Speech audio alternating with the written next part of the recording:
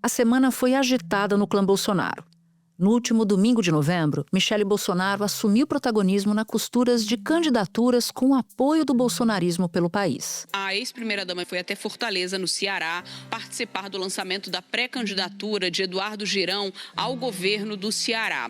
E durante o evento, acabou criticando um movimento que vinha sendo feito pelo deputado André Fernandes, do PL do Ceará. Um movimento de aproximação com Ciro Gomes. A gente vai acompanhar um trechinho do que ela disse. É sobre essa aliança que vocês se precipitaram em fazer. Eu adoro o André, mas fazer aliança com um homem que é contra o maior líder da direita, isso não dá. Isso não dá. Isso não dá. O movimento levou a uma verdadeira lavação de roupa suja dentro e fora da família. O Valdemar da Costa Neto, presidente do PL, disse que dentro do PL há um enorme respeito pela Michele Bolsonaro, pelo trabalho que ela tem feito com mulheres.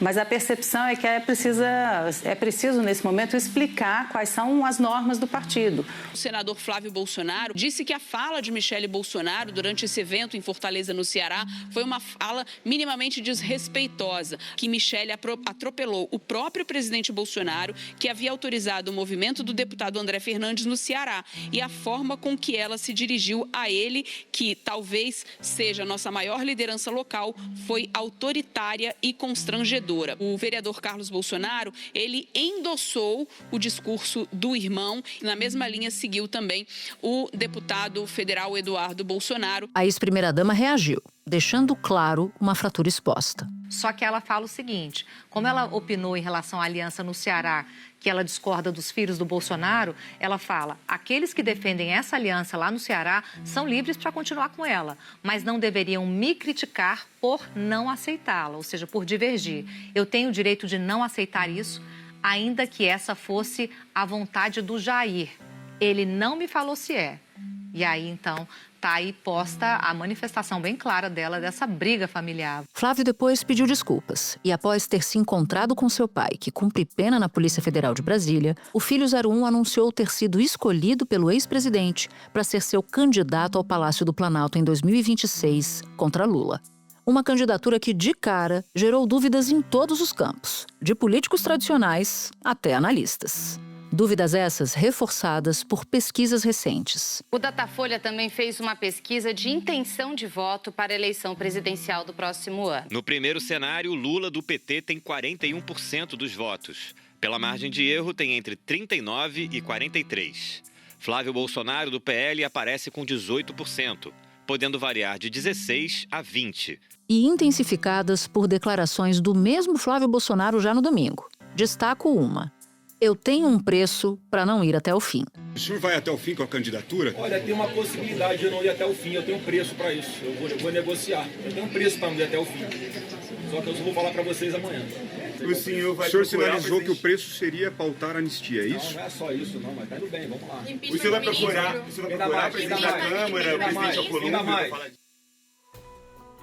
Da redação do G1, eu sou Natuzaneri e o assunto hoje é a candidatura de Flávio Bolsonaro como moeda de troca. Meu convidado é Otávio Guedes, colunista do G1 e comentarista da Globo News. Terça-feira, 9 de dezembro. Otávio, o que está por trás da ideia de lançar Flávio Bolsonaro e qual foi a estratégia? E se ela deu certo? Olha, a estratégia veio da mesma mente que achou que era uma boa ideia pegar uma máquina de soldar para abrir ou romper uma tornozeleira eletrônica. Você usou alguma coisa para queimar isso aqui? Não tinha ferro quente aí. Ferro quente? Curiosidade. Que ferro foi? Ferro de passar? Não, ferro de solda. Ferro de solda, aquele que tem uma ponta? Sim. Então, quando fala assim de uma decisão de Bolsonaro, da família Bolsonaro, eu aprendi que eu não vou ficar aqui elucubrando qual a grande estratégia que tem por trás disso. Bom, lançaram. E desde o início eu disse que era um balão de ensaio. Quais são os efeitos disso? Em primeiro lugar, mantém o sobrenome Bolsonaro, né, no noticiário. Mais tarde pode servir como uma moeda de troca, como o próprio Flávio já falou. E da onde veio a minha certeza de que era uma candidatura de fachada, uma candidatura laranja? O Flávio Bolsonaro não pode ficar sem foro privilegiado. Então, ele não vai largar uma eleição muito certa para senador aqui no Rio de Janeiro, garantir seu foro privilegiado para arriscar um embate com Lula, que hoje mostram as pesquisas, ele teria muita dificuldade. Quer dizer, o mundo político e as pesquisas dizem isso. Então, o Flávio não ia arriscar ficar sem foro privilegiado. E por que ele não pode ficar sem foro privilegiado? Por conta de inúmeras investigações que estão ocorrendo. O medo da família Bolsonaro é justamente ficar sem foro privilegiado. Era uma família que dizia que foro privilegiado era a pior coisa do mundo, que no governo, uma vez no poder, eles iam acabar com isso, e acabou mostrando, quer dizer, o foro privilegiado e o vai e vem da justiça acabaram salvando o Flávio Bolsonaro do crime de rachadinha, que estava comprovado e foi confessado pelo Queiroz. Disse que o Flávio não sabia, mas foi confessado, dinheiro que pagava boleto. E há outras investigações em curso envolvendo assessores muito próximos de Flávio Bolsonaro. Contra ele, especificamente, não há nenhuma investigação. Ele pode não ter nenhum caso neste momento na justiça, mas ele tem um passivo. Ele tem toda a questão da rachadinha, investigações, imóveis, e tudo isso numa campanha volta. Sem falar num fator importantíssimo, se a gente olhar para a centro-direita ou a direita extrema-direita, que é a candidatura de Flávio Bolsonaro, carregando os votos do pai, divide a direita. E a família Bolsonaro também se diz perseguida por investigações.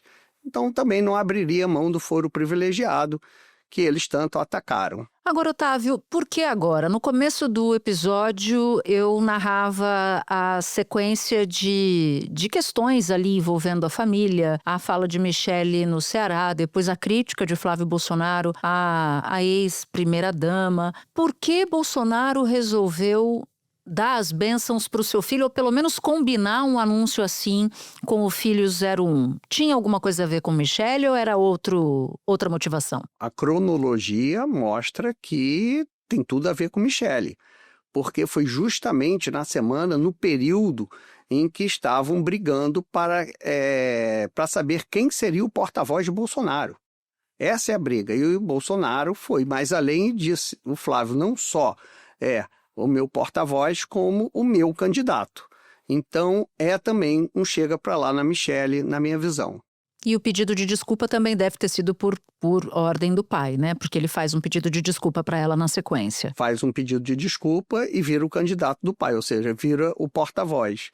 Então, ao mesmo tempo que ele mostra uma humildade, depois ele é ungido o porta-voz, o candidato. Então, portanto, a Michele fica em segundo plano para o bolsonarismo, não aos olhos do eleitor. Esses líderes do Centrão, presidentes de partidos, receberam muitos telefonemas do mundo econômico, do que a gente chama Faria Lima. E não era só assim, o que a gente faz e agora o que acontece. Não, pessoas revoltadas com o fato de Flávio Bolsonaro ter feito um anúncio que quebra uma construção, esse é o significado, né? Quebra uma construção de um nome forte. Para quem analisa o cenário e também dentro da Faria Lima, colocar um candidato no segundo turno inviável como Flávio Bolsonaro seria dar a Lula uma vitória numa bandeja. Olha, a reação foi muito forte.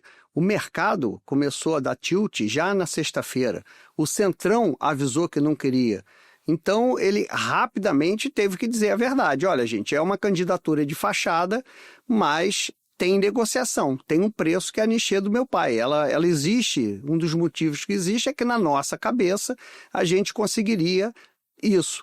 Olha, o Bolsonaro está isolado, não está recebendo muito ali visitas, e ele sempre se guiou pela bolha dele nas redes sociais. Então, Bolsonaro devia imaginar que essa candidatura seria uma candidatura que ia ameaçar o Lula, e ao contrário, o PT festejou essa candidatura de fachada. Palácio Planalto, a comemoração é discreta por quê? Porque o nome do Flávio é, na verdade, o nome Bolsonaro.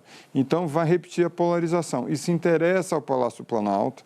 Por quê? Porque o nome Bolsonaro já traz em si uma rejeição muito elevada, segundo várias pesquisas. É como se Bolsonaro estivesse estendendo o tapete vermelho para Lula subir mais uma vez a rampa do Planalto. É assim que isso é entendido, obviamente, pelos governadores de direita, pelo Centrão. Porque se é séria essa candidatura de Flávio Bolsonaro, eu, no lugar de Lula, correria para o abraço com metade do Centrão, que vai preferir ficar com Lula e com o próximo governo do que ficar com a candidatura inviável e maluca de Flávio Bolsonaro. Otávio, quando a gente olha para o Flávio Bolsonaro e até mesmo para a Michelle e outros virtuais ou potenciais candidatos à presidência da República que carregam o sobrenome de Bolsonaro, o que as pesquisas dizem? Dizem que a rejeição ela é um impeditivo para uma eleição majoritária. É um impeditivo, porque o Bolsonaro, para ganhar a eleição, o bolsonarismo tem que falar ao centro. Se ele falar para o eleitor de centro, ele deixa de ser, ele perde a sua essência bolsonarista. O Bolsonaro, na minha visão, em 2018, ele não fez um discurso para o centro.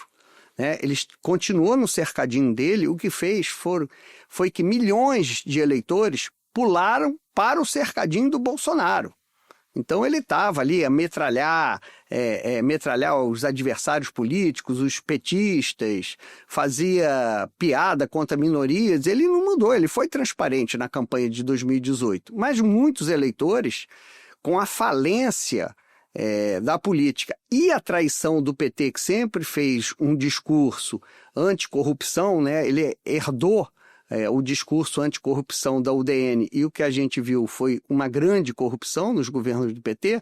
Esse eleitor traído pulou no cercadinho do Bolsonaro, rapidamente viu a besteira que fez e saiu fora do cercadinho, e muitos eleitores de centro, que em 2018 votaram no Bolsonaro, decidiram entre a democracia e o autoritarismo de Bolsonaro e votaram no Lula. Essa estratégia de Flávio Bolsonaro de dizer que é ele o candidato, mesmo sendo uma estratégia de fachada, pode ter o condão de fazer com que Hugo Mota, Davi Alcolumbre e Companhia Limitada votem e aprovem uma anistia? Menor possibilidade.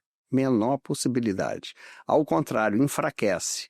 Porque essa foi tão comédia pastelão, que é isso? É uma comédia pastelão, circense, que desmoraliza ainda mais o bolsonarismo, na minha visão. Espera um pouquinho que eu já volto para continuar minha conversa com Otávio Guedes. Eu conversava com um importante aliado do ex-presidente Bolsonaro, que atua ali na tropa de choque do ex-presidente. Ele dizia o seguinte: olha, o Bolsonaro está querendo ver quem é quem, né? Quem é que está com ele e quem é que diz que está com ele só para se beneficiar do poder de voto que ele tem. E quem foram os fiadores do Hugo Mota, da eleição de Hugo Mota e de Davi Alcolumbre, foram Ciro Nogueira, padrinho de Hugo Mota, e o Rueda, do União Brasil, padrinho de Alcolumbre. Embora o Rueda não precisasse o Alcolumbre não precisasse de padrinho, mas o Hugo Mota sim. Por isso, Ciro Nogueira foi lá e foi o fiador do atual presidente da Câmara. Os dois se elegeram. Só que Bolsonaro não vê Hugo Mota entregando a votação da anistia. Isso está incomodando. Isso por si só já deixa Ciro Nogueira, que é um dos líderes do Centrão, numa posição mais reativa a esse propósito da família Bolsonaro, de ver viabilizada a anistia? Eu pergunto isso, Otávio, porque o Ciro Nogueira quer o Tarcísio de Freitas como candidato à presidência da República pelo campo bolsonarista, né? Não alguém que releve o nome de Bolsonaro. O Centrão não quer A, não quer B, nem C. O Centrão quer o poder. Quem vai ser é um detalhe, né? Então, hoje é o Tarcísio. Eles sabem que o Tarcísio tem muito mais chance do que qualquer pessoa com sobrenome Bolsonaro. O Ciro seria extremamente beneficiado se o presidente fosse Flávio Bolsonaro, mas ele sabe que não ganha. Então, como centrão, ele quer o poder. Como Tarcísio tem mais chances do que alguém como Bolsonaro, ele então está fazendo uma opção lógica, não está querendo essa candidatura do Flávio. Como o Valdemar, presidente do PL, Valdemar Costa Neto, também não quer. Como o Centrão, também não quer. Como a Faria Lima, também não quer. Como o agronegócio, também não quer. E o Bolsonaro, se quer testar quem está próximo a ele, vai ter a resposta, a família e os carcereiros da APF. De verdade, né? Próximos de verdade. Porque de coração ninguém está com Bolsonaro, a não ser os eleitores dele. Pois é, e como é que a gente analisa a movimentação de Tarcísio de Freitas? Porque no começo, algumas semanas atrás, ele estava super candidato, né? Dando discurso, à torta e à direito, e aí depois da prisão, ele rapidamente, isso era esperado que ele fizesse mesmo, defendeu o Bolsonaro, manifestou solidariedade, e desde que essa movimentação em torno de Flávio Bolsonaro começou, ele está caladinho, Otávio. Como é que a gente analisa a postura dele? Bom, primeiro que o Tarcísio, calado ou falando, é candidatíssimo a presidente. Ele não recuou em nenhum momento. Eu nunca acreditei no recuo dele. Tarcísio tem mais vontade do que o Lula hoje, né? Se a gente for comparar, fazendo aqui forçando uma imagem. Ele é mais candidato do que o Lula. Então, tem dois pontos nessa história do Tarcísio. Atrapalha ele porque o Tarcísio precisa ficar conhecido do eleitor, do Nordeste, do Norte, ali do Sul, dos grotões, do Sudoeste, em grandes estados do Sudoeste. Enfim, ele precisa ficar conhecido. Ele ficaria mais conhecido se já tivesse sido ungido como candidato da direita. Então, isso atrapalha. Mas, se você botar na balança, o benefício é maior para o Tarcísio. O Tarcísio sempre precisou dizer que era fiel ao Bolsonaro, mas não era radical como o Bolsonaro. Como eu digo, ele fazia uma harmonização facial, né? Apesar de ser ali ungido pelo o Bolsonaro para o governo do Estado, ele queria mostrar que era um bolsonarista que come de garfo e faca. E isso que seria explorado na campanha, o candidato do Bolsonaro. Agora ele tem o argumento. Não, o candidato do Bolsonaro é o Flávio. Como não deu certo, estão me apoiando. Então, eu acredito que esta atrapalhada foi benéfica para essa estratégia do Tarcísio de se mostrar ou tentar se mostrar um candidato de centro e não de extrema-direita. Mas existe alguma possibilidade do bolsonarismo ficar com o Tarcísio se o Tarcísio não se comprometer a anistiar Bolsonaro se eleito for a presidência da República? Olha, ele já disse que vai dar indulto, né? O indulto já está certo. Aliás, todos os governadores de direita disseram isso. Caiado disse, Ratinho disse. É um pedágio a ser pago porque precisam também dos votos desse bolsão radical. Está ali entre 20% e 30%. Né? É um trampolim para você começar num patamar competitivo para ir ao segundo turno.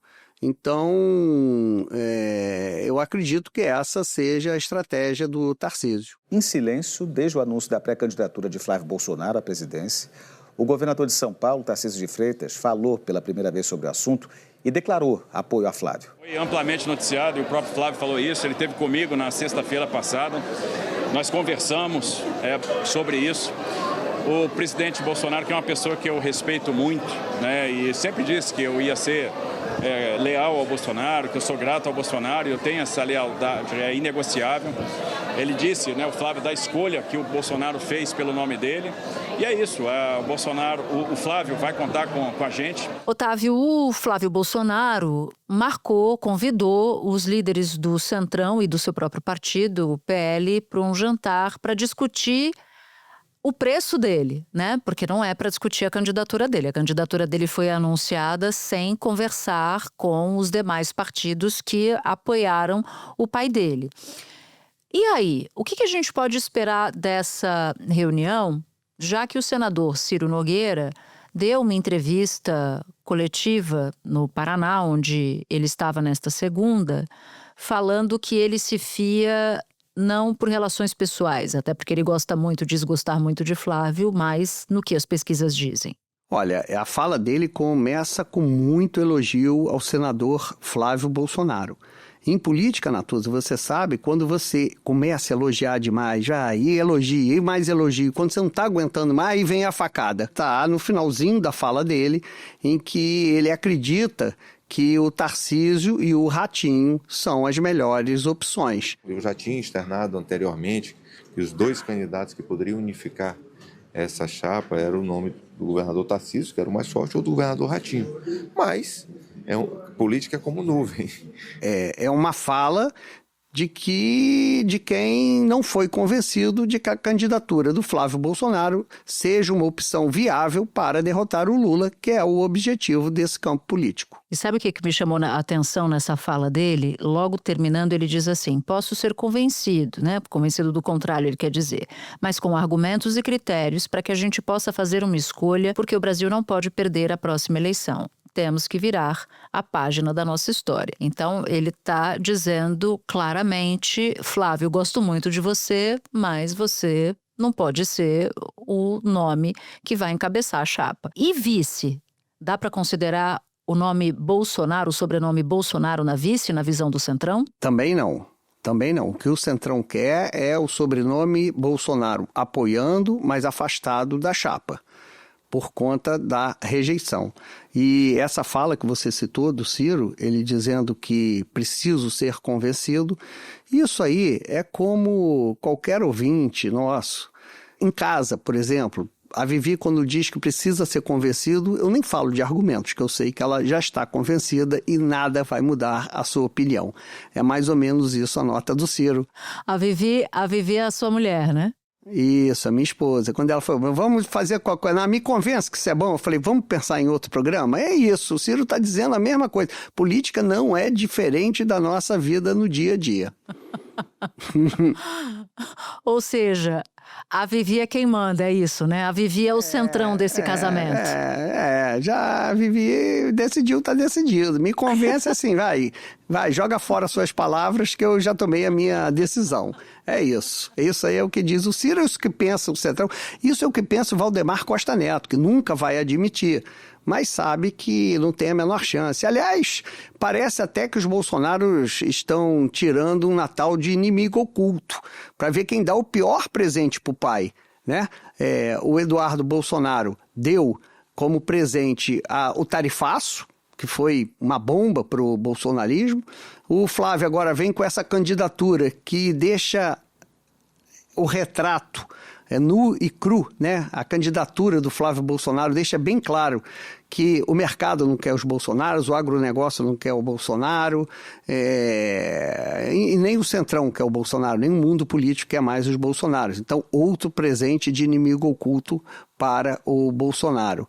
A Michelle já vinha criando confusão em todos os estados em que ela entrava para opinar quem deveria ser, também um presentaço de inimigo oculto do Natal da família Bolsonaro.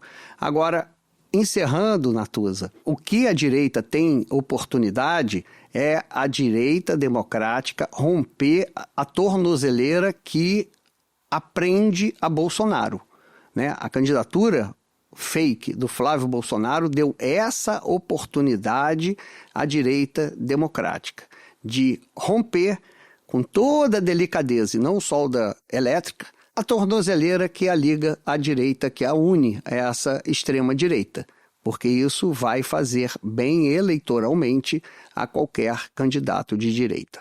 Otávio Guedes, muito obrigada por ter conversado aqui com a gente no assunto sobre essas tretas todas no campo da direita e do bolsonarismo. Bom trabalho para você, meu amigo. Até a próxima.